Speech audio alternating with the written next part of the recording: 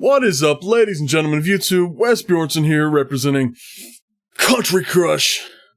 Welcome to The Grip, where we talk about arm wrestling, powerlifting, and strongman. Let's get into it. What's up, guys? So today we're going to talk about what is, in my opinion, the most important piece of equipment you can own as an arm wrestler. And I know a lot of you guys are scared because I'm sponsored by them and I'm part of the organization. But I promise you this is not going to be a big giant commercial for Country Crush. Because in fact, that's not the tool I'm talking about. What's this right here? That's my penis. That's your penis, alright. Penis jokes. There's a ton of stuff that if you use repetitively and you use it in a smart way, will make you a better arm wrestler. And I think most arm wrestlers, we have all of this shit. The Raptor by Country Crush. Monster Crush by Country Crush. Strong resistance bands. Thick grip handles. Wrist wrenches. The old softball with a rope through it. Buckets of sand. And even this thing. We all seem to fucking own one. But none of those things are what I'm talking about. Today, I'm talking about the good old-fashioned karate belt. Or a towel. They serve the same purpose. But I prefer this because, I don't know, it's less bulky. Now I'm going to show you why this is the most important tool you can have or use as a new arm wrestler. So let's get to that. Alright guys, bear with me. I'm going to readjust the camera in such a way that you can see what the fuck I'm talking about. And then we'll go through all the things you can do with a belt.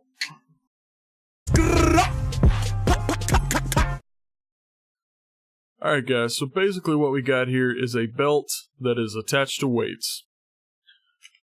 We're going to put our wrist through, put the belt through our palm, and then over our index finger.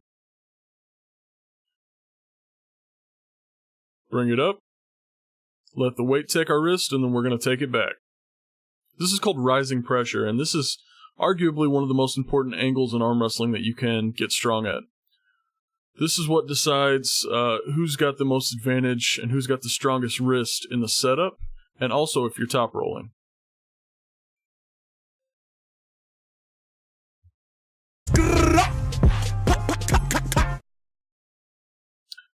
Alright, so next we have pronation.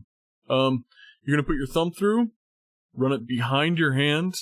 You can go high or low for this. If you're going to go really heavy, I suggest going kind of low on the wrist. You take the grip that you like for arm wrestling. I cap with 2 fingers, so that's how I train pronation. I get fully extended, and then you make the pronation movement with your wrists. Or with your forearm, rather. So this exercise is obviously built to make you a better, stronger top roller.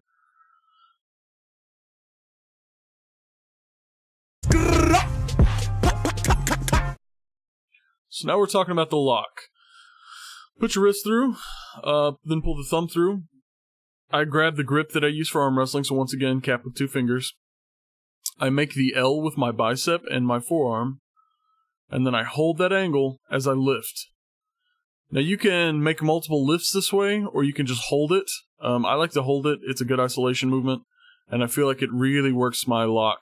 Don't open your arm. If you're failing, just drop it. Supination.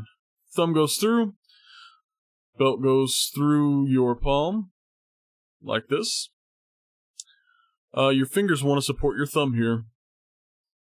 You make the lift, and then you supinate. This is a hooking angle, basically.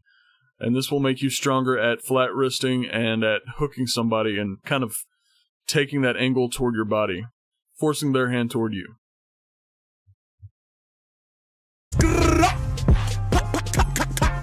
Sinking. First of all, I apologize for the shitty camera. I didn't know it wasn't focused. But you're putting the weight through your palm, then you're sinking behind. This is also good for hooking. It's for clamp down pressure if you are like bringing the guy toward you and you're both posted really hard. I know when we're new to a sport or a hobby, we just have this urge to spend a ton of fucking money on it. Like it's going to make us better at the thing the more money we spend. I promise you in arm wrestling that's not the case. if you're going to spend a whole buttload of money, I would suggest spending it on tournaments, events. Go to as many tournaments and events as you can. Build relationships with promoters. That's the way to spend money in arm wrestling, in my opinion. Now, if you're advanced, or if you're just a really fucking strong guy, I do suggest country crushes, especially if you're into hooking. You will never feel a blow up in your forearm like you will get with a country crush. But if you're just starting out, if you're a top roller, the belt, I'm telling you, it is invaluable. I still use it as much as my country crush. The reason I brought this up today, guys, I had a few fellas asking me about they're brand new, what equipment should they be buying, so on and so forth. So it made me kind of inspired to make this episode. I think this is a really valuable tool, and I like it enough to make a whole video on it. So, there's my 2 cents. Alright guys, thanks for watching. I'm Wes Björnsson, this is The Grip, and I hope to catch you next time.